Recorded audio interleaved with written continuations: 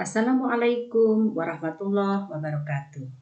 Perkenalkan, saya Oom Romsih, guru matematika di SMP Negeri 14 Kota Serang. Saya merupakan anggota CGP Angkatan 6. Kali ini saya akan mencoba memaparkan tentang refleksi filosofi Ki Hajar Dewantara.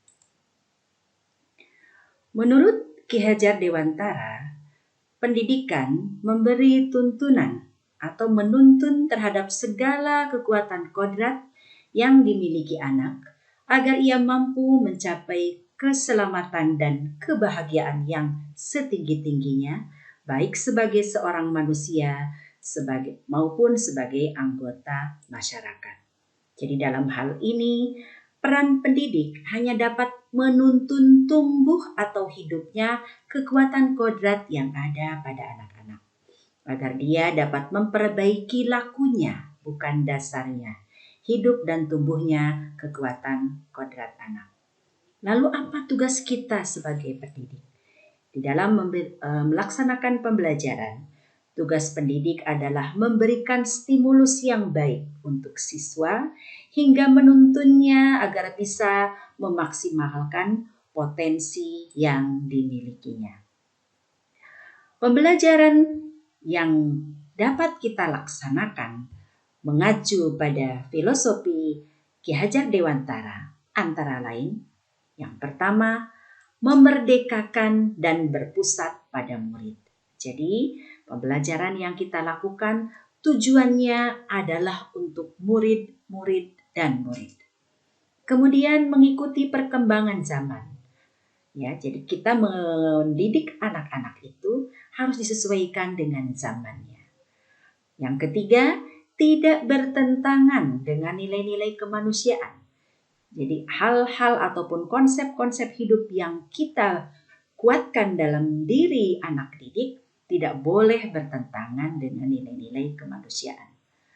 Yang keempat adalah ada proses pembangunan budi pekerti yang merupakan akhir dari proses pendidikan itu adalah terwujudnya budi pekerti yang baik.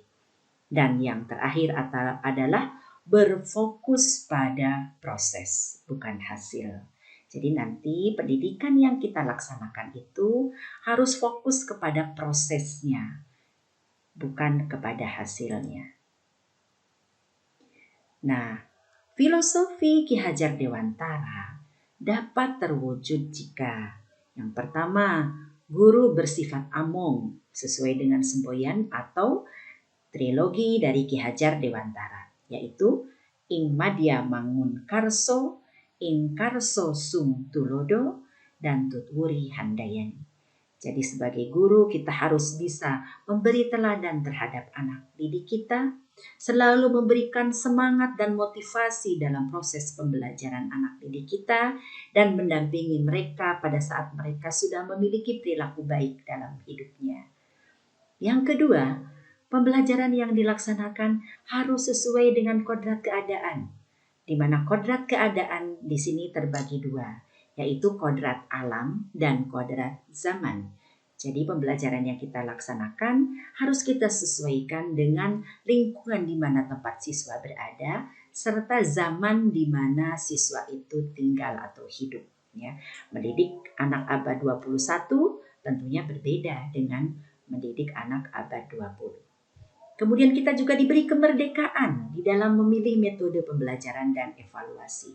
Artinya, metode yang kita gunakan harus disesuaikan dengan karakteristik dari peserta didik yang kita ajar. Demikian juga dengan evaluasi penilaiannya harus kita sesuaikan. Dan yang terakhir adalah pembelajaran yang dilaksanakan harus menyenangkan dan berpusat pada murid. Jadi di sini muridlah subjek pembelajaran. Dia yang mengkondisikan pembelajaran dengan baik, sementara kita hanyalah sebagai fasilitator, memfasilitasi kebutuhan-kebutuhan yang diperlukan oleh murid. Dan pembelajaran yang kita laksanakan harus menyenangkan. Nah, apa penerapan filosofi KHD di kelas? Yang pertama, kita gunakan berbagai metode pembelajaran yang menarik. Yang kedua, kita harus mengikuti perkembangan dan kemajuan teknologi. Yang ketiga, kita harus melakukan pembiasaan hal-hal yang baik dalam pembelajaran. Yang keempat, kita berikan kesempatan seluas-luasnya kepada murid di dalam menggali informasi dari sumber belajar. Dan yang terakhir, beri ruang yang seluas-luasnya untuk murid dalam berdiskusi. Demikian refleksi filosofi Ki Hajar Dewantara. Assalamualaikum warahmatullahi wabarakatuh.